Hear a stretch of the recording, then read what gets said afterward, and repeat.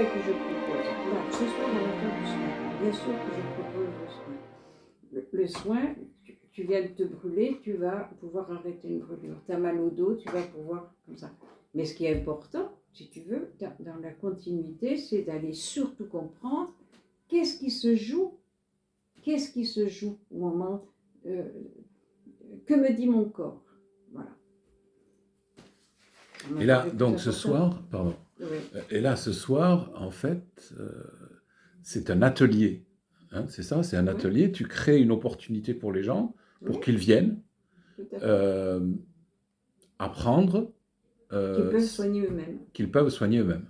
On ne peut pas tout pour soi. Et donc cet atelier, c'est pour transmettre. Je transmets, oui. Je transmets que l'on peut faire. C'est une nécessité, cette transmission. Ah oui. Oui, oui. C'est une nécessité. Ça fait partie intégrante. Enfin, pour moi, oui. Ça me semble... Oui. D'abord, c'est une nécessité parce que c'est un devoir. On a le devoir de transmettre tout ce qui nous a aidés. Ça, c'est une règle. Là. Parce que si dans ce que je transmets, moi, dans ce qui m'a aidé, ça n'aide qu'une seule personne, tu as mis ta pierre à l'édifice. Alors, il y a des gens qui disent ah, mais moi, j'ai le secret pour arriver à arrêter le feu. Ouais. J'ai un secret, je ne peux pas le partager, sinon ça ne marche plus. Ouais. Qu'est-ce que tu peux... Ça, c'est des croyances. C'est des croyances. Mais bien sûr, c'est des croyances. Ça veut dire que tout à chacun a le pouvoir de pouvoir soigner. Ça, quand vous êtes amené à faire du soin, vous voyez par exemple la brûlure, c'est toujours je dégage. Oui. Ne jamais revenir en arrière. Là, ça c'est de la logique. Oui, parce que si j'enlève le feu, l'intention soigne. Donc si tu connais la formule, tant mieux. Oui. Quand vous soignez, ça ne peut pas vous fatiguer. Si ça vous fatigue, c'est qu'effectivement, vous investissez. Et vous avez peur que ça ne marche pas. Pour revenir à Maryse. Maryse qui a démarré les soins en structure. Elle dit, je vais aider, je reprends ce que tu as dit, je vais aider, tout se passe bien, mais le lendemain, je suis fatiguée, je ne vais pas bien, je ne me sens pas bien. Alors, ça s'explique.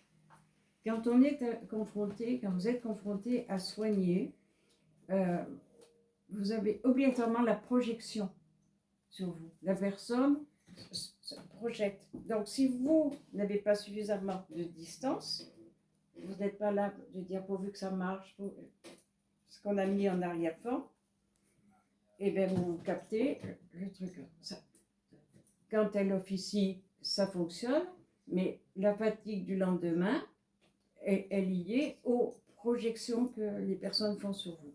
Et comment on la maintient, cette distance? Eh bien, je ne sais pas comment. Je le fais parce que je donne. Tout le travail que je vous propose, que ce soit pour soigner ou que ce soit dans votre vie au quotidien, c'est tout simplement être présent au présent. Je ne risque rien et je ne suis pas là pour... À un moment donné, quand il y a trop d'empathie, c'est dans l'empathie, je prends les choses à ma charge. Or, ça ne m'appartient pas. Tu vois, par exemple, Hippocrate estimait que le médecin qui s'occupait du particulier, sans prendre en compte la totalité du sujet, son histoire et son environnement, était un charlatan.